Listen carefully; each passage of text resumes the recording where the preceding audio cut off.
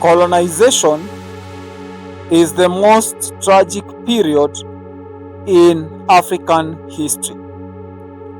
During the close of 19th century and the beginning of 20th century, pressured by economic reasons, majority of the European powers rushed to Africa to acquire colonies. These colonies were to be a source of raw materials for their industries back in Europe.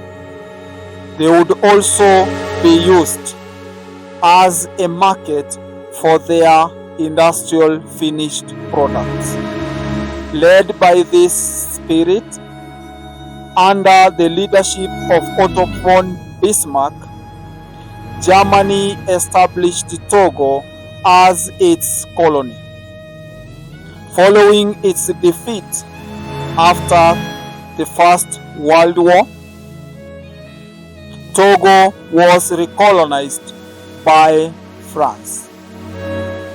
Under the French rule, Togo would endure years of economic and political exploitation.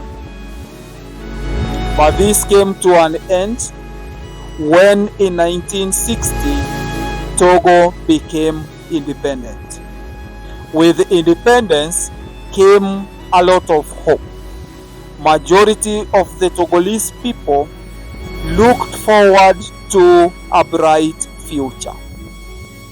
Once their leadership is in place, majority believed it would steer their own aspirations, and collectively as an African society, they would march to the greater heights of progress.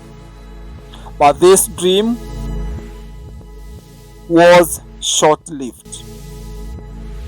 Modern day political history of Togo is dotted with political assassinations, overthrowing of government, and the establishment of one of the longest dynastic rule in Africa.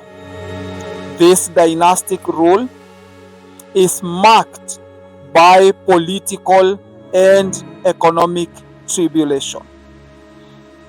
In this episode, we will look at the genesis of Togo's tragic political history, its implication to Togo's economic growth and development, and the current youth-led protests that have rocked Lomé, the capital city of Togo.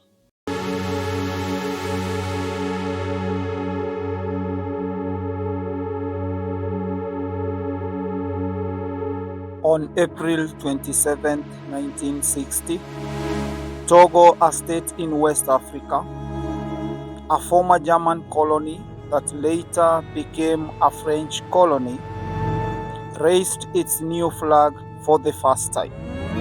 After many years of struggle under harsh conditions of colonization, at last independence had arrived. This moment filled the Togolese people with hope. Celebrations dominated the air, and the people looked at the future with a lot of hope. At the helm was Sylvanus Olympio. Sylvanus Olympio was the first president of the independent Togolese state. Olympio was a nationalist leader, an economist, and also a leader who had a vision for his country. Once in office, Olympio sought to reduce Togo's dependence on foreign aid and was frugal with government spending. He resisted joining broader political unions pushed by France and instead preferred national sovereignty. He also attempted to limit the size of the military, something which created tension between his administration and the veterans and majority of the army officers. His work was cut short just 3 years into office. In January 1963, Olympio was assassinated outside the American embassy in Lomé. This assassination is believed to have been led by the disgruntled Togolese ex-servicemen, many of whom had fought for France and wanted integration into the Togolese army. One of the coup leaders was Sergeant Gnassingbé Eyadéma, later known as General Gnassingbé Eyadéma. Eyadéma would go on to play a dominant role in the politics of the Togolese state for decades. Once assassinated, the military conspired and installed Nicolas into office as the second president of independent Togo. Nicolas was regarded as a compromise candidate, seen as far less confrontational toward France and more accommodating to military interests. Once in power, Nicolas sought to heal the deeply divided nation. In this, he promoted reconciliation among rival political factions.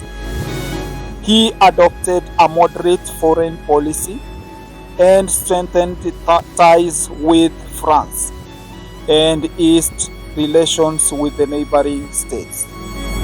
Domestically, he emphasized infrastructure development and encouraged foreign investment as a pathway to modernization. Despite these efforts, his administration faced significant challenges. It increasingly became dependent on French support and undermined perceptions of sovereignty. Internal rifts within the ruling coalition, coupled with the expanding influence of the military, eroded fragile political stability of Togo. Moreover, corruption and administrative inefficiency gradually weakened public confidence in his leadership. Consequently, on January 13, 1967, exactly 4 years after the assassination of Sylvanus Olympio, Nicolas was overthrown in a bloodless coup that was led by the Colonel Eyadéma Gnassingbé. Gnassingbé would go on to rule Togo for the next 38 years. Nicolas would later die in a grisly road accident on September 27, 1969 in Ivory Coast. Once at the helm, Eyadéma seized control and installed himself as the head of the state, and with that began Africa's longest dynastic rule. Firmly centered on Gnassingbé, his close associates and cronies.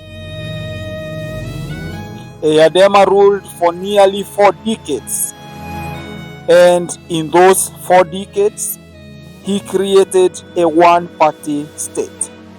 He crushed opposition and cultivated a cult of personality.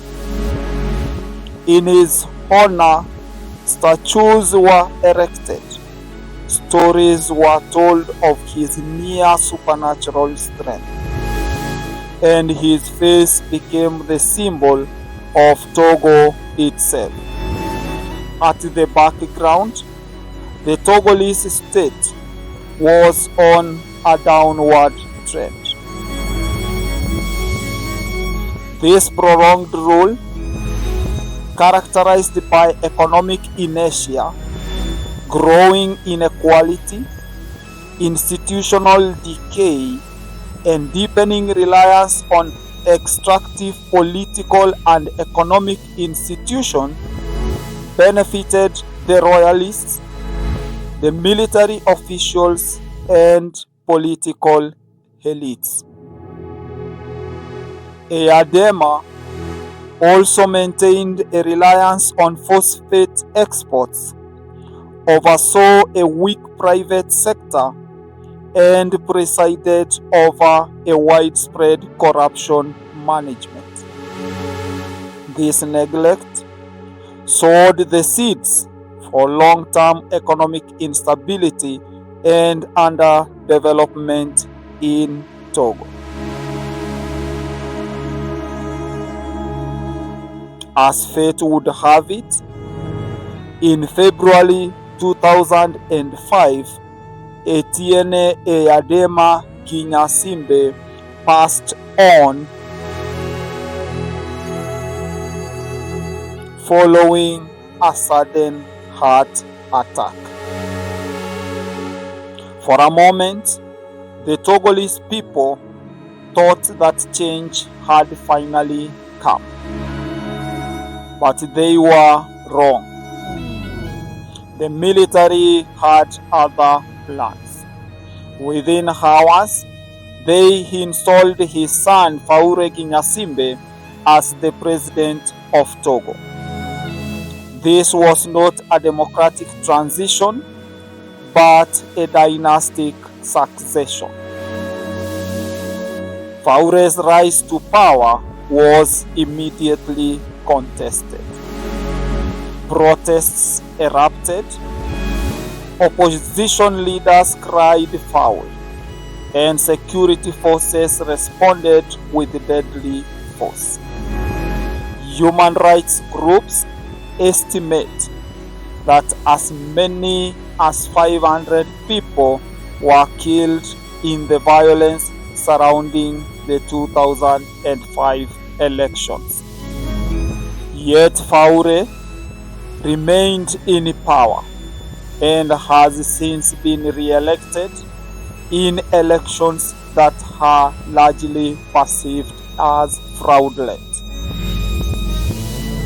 For many of the Togolese people, this is a proof that the Gnassingbé family has turned their republic into a monarch.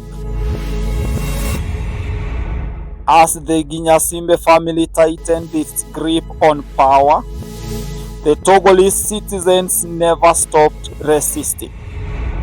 In the 1990s, when democracy movements swept across Africa, Togo's people poured into the streets. They demanded multi-party politics. Out to tame the rising dissent, the government responded with repression, arrests, and extrajudicial killings. But as these killings went on, the voices of the Togolese people grew louder. In 2017 and 2018, a new wave of protest shook the country.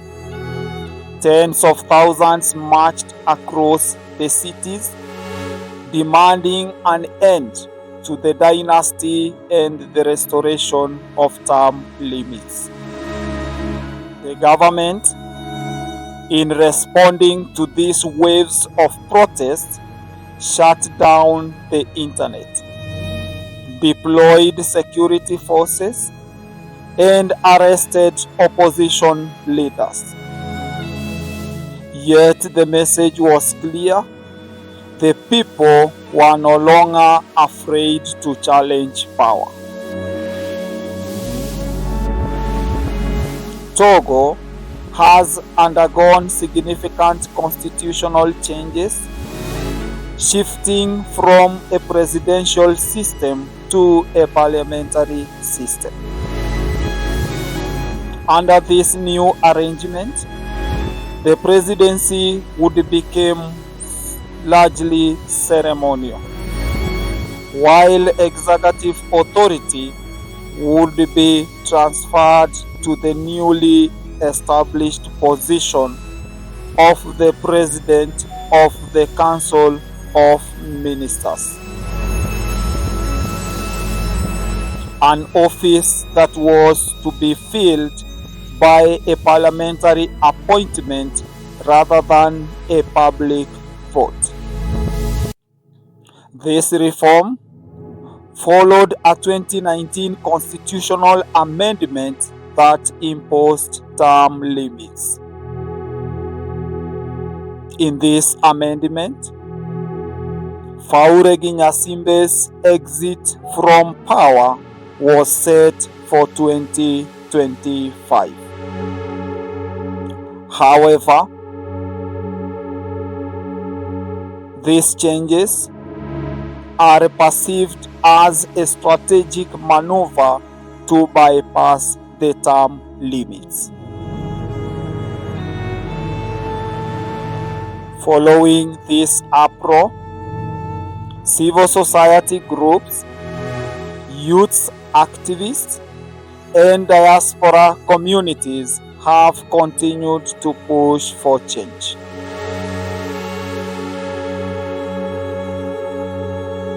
And each demonstration is an act of defiance and adds another crack in the wall of authoritarianism.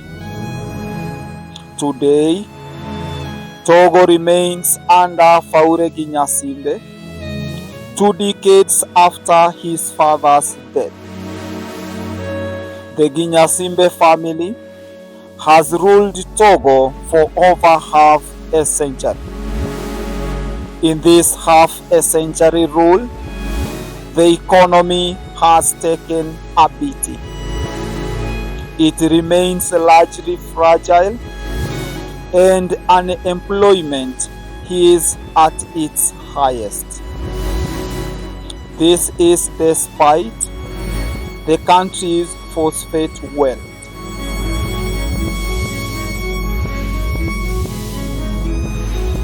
Sadly, the opposition remains fragmented, but the youth,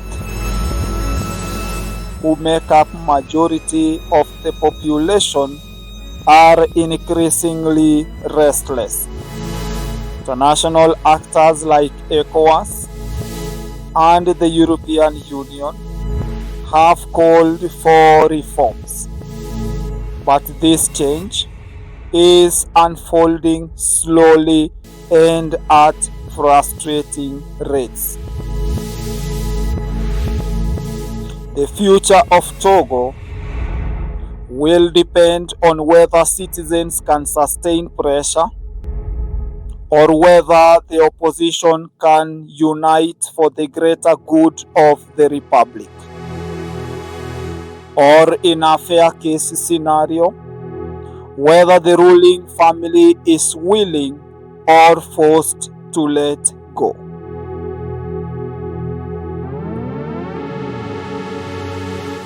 Until then, protests will continue to rock the Togolese state.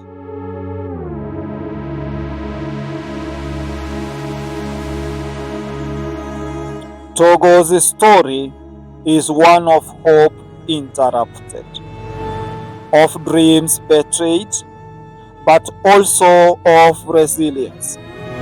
From the assassination of Sylvanus Olympio to the dictatorship of Gnassingbé Eyadéma, to the dynasty of Faure Gnassingbé, the people of Togo have endured decades of broken promises.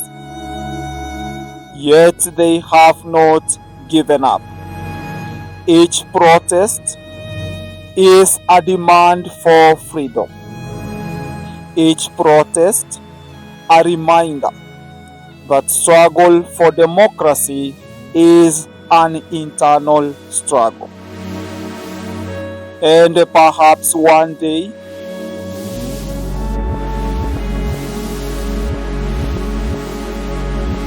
when Togo raises its new flag on another 27th April, it won't just be celebrating independence, but true liberation.